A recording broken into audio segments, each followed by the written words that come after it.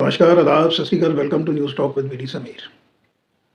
आज राजनीति की चर्चा करते हैं, उस सुनहरे दौर को याद करते हैं जब जो पॉलिटिशियन हुआ करते थे, चाहे वो किसी भी पॉलिटिकल पार्टी से उनका कनेक्शन था। हमेशा ही उनके अंदर ये ज़रूरी नहीं है कि इश्यूज़ को लेके मतभेद रहे हों, कंसेंसस हुआ करता था। और जहाँ तक जो डिफरेंसेस हैं वो इश्यूज़ को लेके उभर के सामने आते थे, लेकिन जो मनभेद है, जो डिफरेंसेस हैं, वो एक हद तक हुआ करते थे, वो पर्सनल नहीं हुआ करते थे।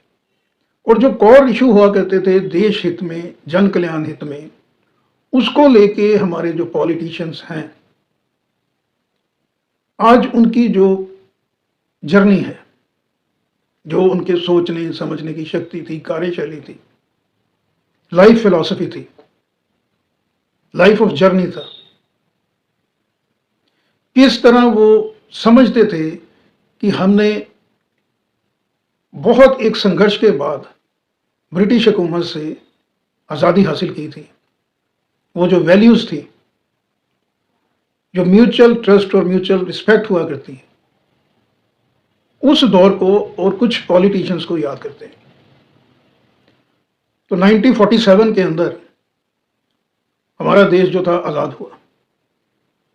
उस वक्त का जो सिनेरियो था, स्पेशली जो हमारी इकोनॉमिक पोजीशन थी, अर्थव्यवस्था थी, वो बहुत ही उसकी जो स्थिति थी, उससे हमारा देश आज़ादी के बाद जूझ रहा था। क्योंकि पहले हमारे देश में मुगल आए, जो भारत सोने की चिड़िया हुआ करती थी, और सारा लूट खसूट करके मुगल ले गए। फिर जो कुछ बचा कुचा था भारत के पास, जो संजो के रखा था, वो जो ब्रिटिश घोड़े आए वो अपने साथ ले गए। तो पैसे के और जो इंफ्रास्ट्रक्चर है उसके हिसाब से, उसके अगर हम देखें, उसका एनालिसिस करें, तो भारत जब आज़ाद हुआ तो उसकी पोजीशन बहुत ही, मैं समझता हूँ कि बेकार करके गई ब्रिटिश गवर्नमेंट। सारे जो रिसोर्सेज थे, एक किस्म से बैंक करप्ट था भारत, इस तरह की पोजीशन थी। उस दौर में दूसरा चैलेंज ये था कि अलग अलग जो रियासतें थी, स्टेट्स थी, उसके ऊपर अलग अलग जो प्रशासक थे, जो राजा महाराजा किंग्स हुआ करते थे, जो रियासत के वजीर आला हुआ करते थे, अलग अलग उनका कंट्रोल था। तो पंडित जवाहरलाल नेहरू ने प्राइम मिनिस्टर रहते हुए, नो डाउट उनके जो कैबिनेट कोलीग थे उनका सहयोग उन्होंने लिया था, और जो एक आज की जो पॉलिटिक्स के अंदर लगभग पिछले, मैं समझता हूँ 10 साल से जो कटाक्ष लगातार लगाया जा रहा है पंडित जवाहरलाल नेहरू के ऊपर, जम्मू कश्मीर को लेके जो उन्होंने 370 धारा का था, यहाँ जो भी उन्होंने उस वक्त फॉरेन पॉलिसीज़ की बहुत चर्चा होती है कि पंडित जवाहरलाल नेहरू ने अपने कार्यकाल में प्रधानमंत्री रहते हुए गलत कुछ फैसले किए, उसको हमको समझना चाहिए, एकदम से उसके अंदर रिएक्ट नहीं करना चाहिए। क्योंकि जब आपके पास कुछ है ही नहीं देश चलाने के लिए, देश को चलाने के लिए सबसे ज़रूरी क्या है, आपके पास मनी पावर होना चाहिए, आपके पास उद्योग धंधे होना चाहिए, आपके पास इंफ्रास्ट्रक्चर होना चाहिए, आपके पास अच्छे इंस्टीट्यूशन, एजुकेशनल इंस्टीट्यूशंस होने चाहिए, बेसिक जो हेल्थ की और बेसिक जो एजुकेशन है वो सारी फैसिलिटीज़ होनी चाहिए। तभी जो आप है वो, आपकी जो इकोनॉमी है वो उभर के फिर बाहर आएगी। तो पंडित जवाहरलाल नेहरू ने देश हित के अंदर उस वक्त जो पोजीशन थी, 370 धारा जो थी, उस वक्त वो देनी ही पड़नी थी हमको जम्मू कश्मीर को। क्योंकि नया नया मुल्क आज़ाद हुआ था, बहुत ज़्यादा डिफरेंसेस थे, बहुत जैसे इस तरह की स्टेट्स थी जो भारत के साथ भारत में मर्ज नहीं होना चाहती थी। और जैसे मैंने आपको बताया, हमारी फाइनेंशियल पोजीशन उस वक्त इस तरह की नहीं थी, ना ही इंडियन आर्मी उस तरह की वेल इक्विप्ड और वेल ट्रेंड थी उस वक्त। तो बहुत सी चीज़ें जो हैं वो एक टेम्परेरी बेसिस पे उनको पंडित जवाहरलाल नेहरू ने उनको करना पड़ा। उस वक्त इस तरह की पोजीशन नहीं थी भारत की या सेंटर के अंदर जो लीडर्स हैं कि वो डिक्टेट कर सकें अपनी टर्म्स कंडीशन स्टेट्स के अंदर। तो जहाँ तक 370 धारा की जो बात है यहाँ, और जो स्पेशल इंसेंटिव्स दिए गए जम्मू कश्मीर के अंदर, उसको नोट आप करें, वो टाइम बीइंग थे, वो टेम्परेरी प्रोविजंस थे सारे। उसके अंदर ये कहीं नहीं लिखा हुआ था कि ये कॉन्टिन्यूटी में ही रहेगा। तो जो अभी मोदी साहब की गवर्नमेंट ने 370 वहां से हटाया है, वो एक टेम्परेरी क्लॉज थी। तो पहले हमको ये सारी चीज़ों का स्टडी करना चाहिए और ये भी देखना चाहिए कि उस वक्त देश के हालात कैसे थे। उस दौर के अंदर जब हमारे पास फाइनेंशियल रिसोर्सेज नहीं थे, पंडित जवाहरलाल नेहरू का विजन था उस वक्त। उन्होंने देश के अंदर आईआईटी, आईईएम्स, एम्स, रेलवे का इंफ्रास्ट्रक्चर, रोड इंफ्रास्ट्रक्चर, ये इन सभी चीज़ों के ऊपर उन्होंने काम किया। और उस वक्त की जो राजनीति हुआ करती थी, वो एक ज्वाइंट वेंचर सिस्टम हुआ करती थी। चाहे आप किसी भी पॉलिटिकल दल के साथ आपकी एसोसिएशन है, लेकिन जो देश के मुद्दे हैं उनको लेके जो है वो एकजुटता हुआ करती थी। तो मेरा ये मानना है कि उस वक्त का 1947 में तो अपोजिशन हुआ ही नहीं करती थी, कांग्रेस की गवर्नमेंट हुआ करती थी सेंटर के अंदर भी और स्टेट्स के अंदर। लेकिन धीरे धीरे जैसे आगे हम बढ़ते गए तो जेपी आंदोलन, ये मिड 70s के अंदर जेपी आंदोलन आया। 1947 के अंदर देश आज़ाद हुआ था। पंडित जवाहरलाल नेहरू पहले हमारे प्रधानमंत्री थे। उनकी जो फॉरेन पॉलिसी है, उन्होंने नॉन एलाइड जो एक गुट भी बनाया। जब आज़ाद भारत हुआ था तो उस वक्त दो सुपर पावर्स हुआ करती थी, एक हुआ करती थी अमेरिका और दूसरी हुआ करती थी रशिया। तो उस वक्त उस वक्त पंडित जवाहरलाल नेहरू ने किसी भी गुट में उनकी स्थिति नहीं थी। उन्होंने अपने आप को एक न्यूट्रल कंट्री, एक कि दोनों जिसको कहते हैं दोनों तरफ का जो है वो एक सन में बनाए हुए जवाहरलाल नेहरू ने जो फॉरेन पॉलिसी थी उसके ऊपर वो चले थे। वो ना ही रशिया की तरफ उन्होंने कोई एग्रीमेंट उस वक्त किया 1947 में, और ना ही अमेरिका के साथ। फिर धीरे धीरे जिस तरह से आगे हमारा देश बढ़ता गया, थोड़ी थोड़ी तरक्की होती गई इंफ्रास्ट्रक्चर में और इंडस्ट्री के अंदर ग्रोथ जब होने लगी, तो फिर एक समय ज़रूर ऐसा आया था कि भारत की जो एसोसिएशन, भारत की जो क्लोजनेस थी वो रशिया के साथ बनी थी, वो समय के साथ था। लेकिन जब शुरुआत हुई थी तो उस वक्त पंडित जवाहरलाल नेहरू बहुत उनका वो एक विजनरी लीडर थे, एक इस तरह के पॉलिटिशियन थे जो जो एक सेंस होती है, सेंस ऑफ फोरसाइटनेस, वो भी उसमें थी। लेकिन आज जो है वो हम कुछ इतिहास के जो पन्ने हैं, जो कुछ पॉलिटिशियंस को सूट कर रहे हैं, उसको लेकर लगातार पंडित जवाहरलाल नेहरू पे अटैक किया जाता है। कुछ कमी पेशी जरूर रही होंगी, ऐसा नहीं है, कोई इंडिविजुअल है उसके सारे प्लस ही प्लस हैं, कुछ नेगेटिव माइनस जरूर हुए होंगे। लेकिन जो उस वक्त की राजनीति थी, मैं समझता हूँ उसके हिसाब से पंडित जवाहरलाल नेहरू ने देश हित के लिए बहुत से इस तरह के डिसीजंस लिए। हो सकता है कि अंतर्मन से वो नहीं लेना चाहते थे, लेकिन क्योंकि देश की एक जुटता बनाने के लिए उस वक्त जो है वो नेहरू जी को ये डिसीजन लेने पड़े। उसके बाद जैसे जैसे राजनीति आगे गई तो कांग्रेस, जैसे मैंने बताया, एक इंडिविजुअल पार्टी हुआ करती थी स्टेट्स के अंदर, उसको कोई भी ऑपोजिशन नहीं थी, कोई उस तरह का लीडर नहीं था। लेकिन जो 1970s के दौर में मिड में जयप्रकाश आंदोलन, जेपी आंदोलन शुरू हुआ था बिहार के अंदर से, वहां से फिर जो राजनीति है वो राजनीति भारत की बदलनी शुरू हो गई। जेपी आंदोलन जो था ये एक छात्र आंदोलन था, जिसके अंदर जो मुद्दे थे, मैं आपको वो मुद्दे बताऊंगा। एक तो जो रोजगार का मुद्दा है, जो अनएम्प्लॉयमेंट का मुद्दा है, ये था। और दूसरा देश की जो डेवलपमेंट है, इस मुद्दे को लेके, इन्फ्लेशन का मुद्दे, ये 3-4 मुद्दे को लेके ये आंदोलन शुरू हुआ था छात्रों का। रिजेंटमेंट थी, एक डिफरेंस बहुत था, गैप आ गया सोसाइटी के अंदर। दो जो वर्ग होते हैं उसके अंदर, मैंने जैसे पहले भी आपको एक वीडियो में बताया था कि किसी भी देश के लिए जो डिस्पैरिटी है, वो डिस्पैरिटी जो है वो बहुत बड़ी कई बार आफत के रूप में सामने आती है। तो 1970 का जो आंदोलन हुआ था, जेपी आंदोलन बिहार से, जो जिसकी गूंज पूरे इंडिया में गई, उसमें एक डिस्पैरिटी का मुद्दा भी था कि दो जो एक मिडिल क्लास है और एक जो बिल्कुल बीपीएल नीचे का वर्ग है, उसके अंदर भी बहुत ज़्यादा डिस्पैरिटी थी। वो फैसिलिटीज़, जो बेसिक फैसिलिटीज़ हैं, वो नीचे के समाज के तबके को नहीं मिल रही थी। और उस वक्त जो है वो एससी समाज, एसटी समाज, इनका भी दमन हो रहा था। तो बहुत से मुद्दे इकट्ठे हुए और जेपी आंदोलन शुरू हुआ। जेपी आंदोलन जो शुरू हुआ, जो जेपी साहब, जयप्रकाश नारायण ने जो आंदोलन शुरू किया, उसके अंदर जो वो चाहते थे कि सरकार को मुद्दों पे घेरा जाए, ना कि कोई इंडिविजुअल वो माइलस्टोन हासिल करना चाहते थे। इस तरह की उनकी सोच थी जेपी की। लेकिन आप देखें, जेपी के साथ जितने फिर वहाँ पे लीडर्स, जो स्टूडेंट लीडर्स हुआ करते थे, जिसमें लालू यादव, मुलायम सिंह यादव, शरद यादव, नीतीश बाबू, जॉर्ज फर्नांडिस साहब, इस तरह के लीडर जुड़े इस आंदोलन के अंदर। और फिर आप देख सकते हैं कि लालू यादव ने किस तरह से आरजेडी बनाई और किस मुकाम पे वो पहुंचे, चीफ मिनिस्टर बने, रेलवे मिनिस्टर बने सेंटर में, बिहार में चीफ मिनिस्टर बने। माननीय मुलायम सिंह यादव उसी आंदोलन से निकले, चीफ मिनिस्टर बने, उत्तर प्रदेश जैसे बड़े राज्य में सेंटर के अंदर मिनिस्टर बने। रामविलास पासवान साहब सेंटर के अंदर लगातार मिनिस्टर रहे लगभग 2 दशक तक। नीतीश बाबू पिछले आप देखिए 2005 से कंटिन्यू चीफ मिनिस्टर हैं बिहार के।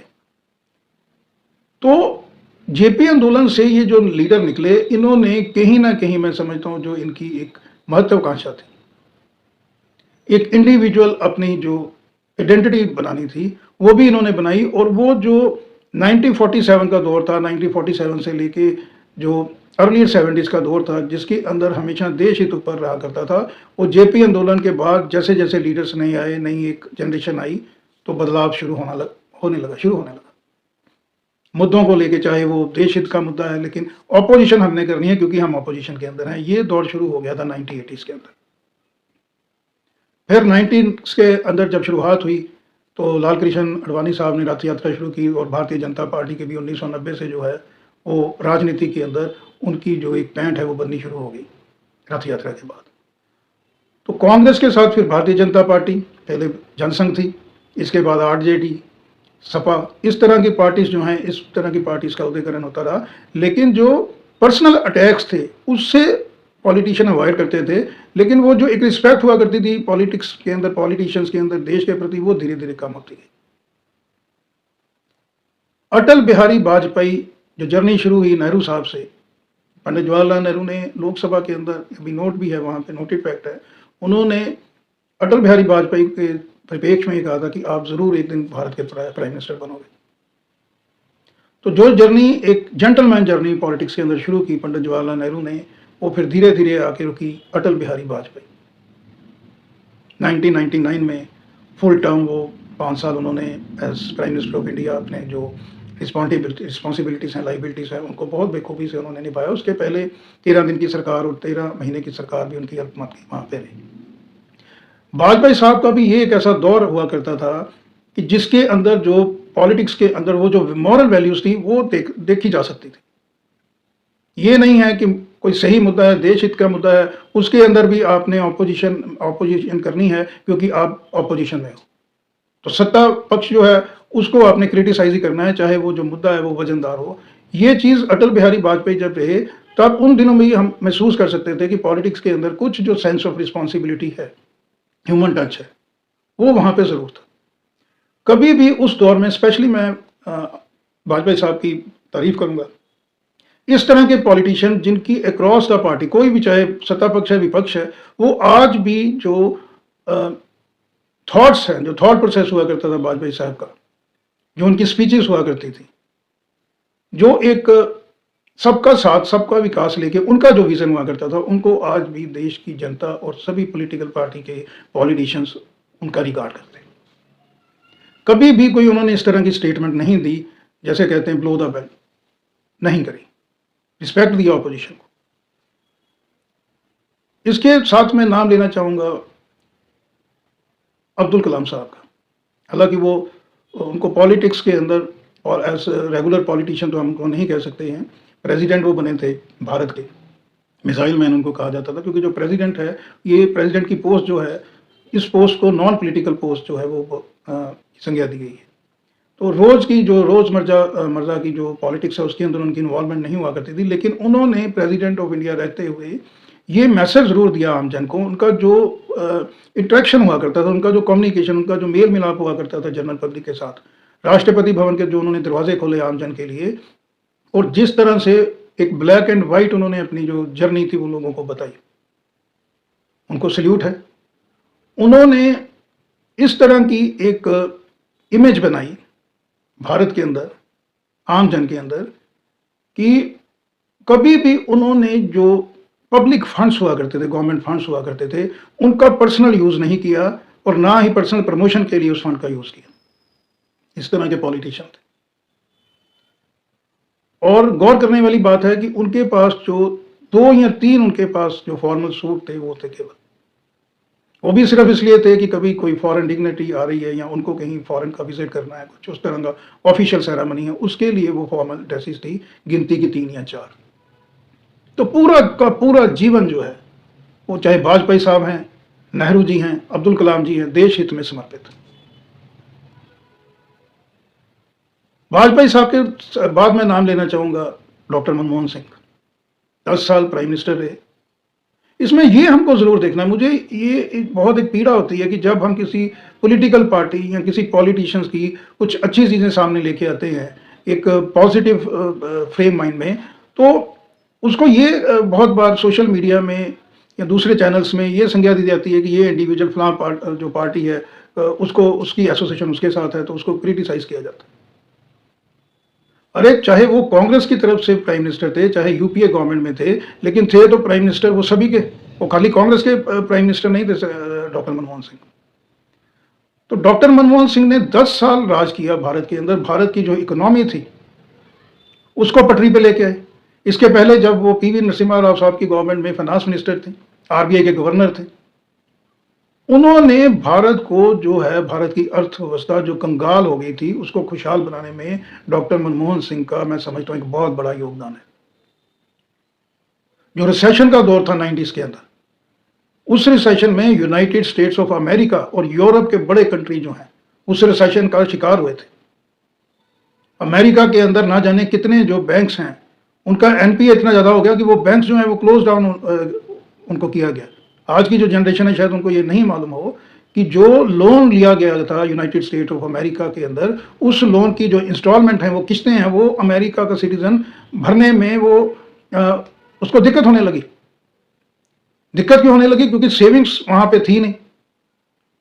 और भारत क्यों बचा था उस रिसेशन में? कि जो भारत का इनफॉर्मल सेक्टर है जो, और जो भारत के अंदर सेविंग का एक कल्चर है किसी भी क्लास के अंदर, वो हाई मिडिल क्लास से लेकर नीचे बीपीएल क्लास तक जो एक सेविंग का एक कल्चर चला है, हमने कुछ ना कुछ सेविंग करनी है हर महीने। इन चीजों ने, दो चीजों ने, एक इनफॉर्मल सेक्टर और एक सेविंग ने भारत को उस रिसेशन से बचाया था। और उस वक्त जो कंट्रीब्यूशन था, जो एक इकोनॉमिक सेंस होती है, वो डॉक्टर मनमोहन सिंह की थी, और भारत की जो अर्थव्यवस्था वो बहुत तेजी से फिर उभर के सामने आई थी। अपने 10 साल के कार्यकाल में डॉक्टर मनमोहन सिंह ने किसी भी ऑपोजिशन पार्टी के लीडर को पर्सनल अटैक नहीं किया। प्रेस के साथ उनकी जो एसोसिएशन थी, दूरी वो हमेशा बनी रहती थी, was man of few words. लेकिन जब वो बोला करते थे, अमेरिका के राष्ट्रपति प्रेसिडेंट ओबामा साहब ने कहा था कि जब भी डॉक्टर मनमोहन सिंह बोलते हैं तो हम लोग सुनते हैं। इस स्टेटमेंट का मतलब क्या था? इस स्टेटमेंट का मतलब यही था कि जो रिसेशन के टाइम में जो एक्सपीरियंस और जो एक्सपर्टाइज डॉक्टर मनमोहन सिंह ने बताई देश के अंदर, जनता के अंदर, भारत को, वो एक स्वर्णिम युग था। और उसी चीज की रिस्पेक्ट आज यूनाइटेड स्टेट्स ऑफ अमेरिका और यूरोप के दूसरे कंट्री करते हैं। तो यात्रा शुरू हुई थी जेंटलमैन पॉलिटिशियन की, जवाहरलाल नेहरू से। जेपी आंदोलन आया, फिर मैंने बताया कि जेपी आंदोलन के बाद कुछ पॉलिटिकल लीडर ने अपनी, उनकी महत्वाकांक्षा इतनी थी, उन्होंने अपने अलग रास्ते चुन लिए। और जेपी आंदोलन जो था, और जिस सोच के साथ, जिस दिशा और दिशा के साथ जा रहा था, वो कहीं और ही वो पलट के ले गए। लेकिन हमारे देश में वाजपेयी साहब, अब्दुल कलाम साहब, मनमोहन सिंह, डॉक्टर, इस तरह के भी पॉलिटिशियन हुए हैं जिन्होंने अपना पूरा जीवन जो है वो देश हित में लगा दिया। इसके बाद अगर थोड़ा आगे चलते हैं तो फिर 2000 जो 10-11 का दौर था, उसके अंदर कुछ करप्शन इश्यूज थे, मिसमैनेजमेंट थी, गवर्नमेंट इश्यूज थे, बहुत से इश्यूज उस वक्त थे। भारतीय जनता पार्टी ने कोई भी कोर कसर उस वक्त नहीं छोड़ी थी। और उन दिनों में ही अन्ना आंदोलन शुरू हुआ था दिल्ली में, जो करप्शन को लेकर शुरू हुआ था। अन्ना आंदोलन इतना भारत के अंदर फेमस हुआ कि स्पेशली जो नॉर्थ इंडिया है, नॉर्थ इंडिया की स्टेट के अंदर एक किस्म से पूजा पूजा पूजा योग्य तुल्य पर्सनैलिटी उभर के सामने आई, अन्ना साहब। और आज अन्ना साहब कहाँ हैं?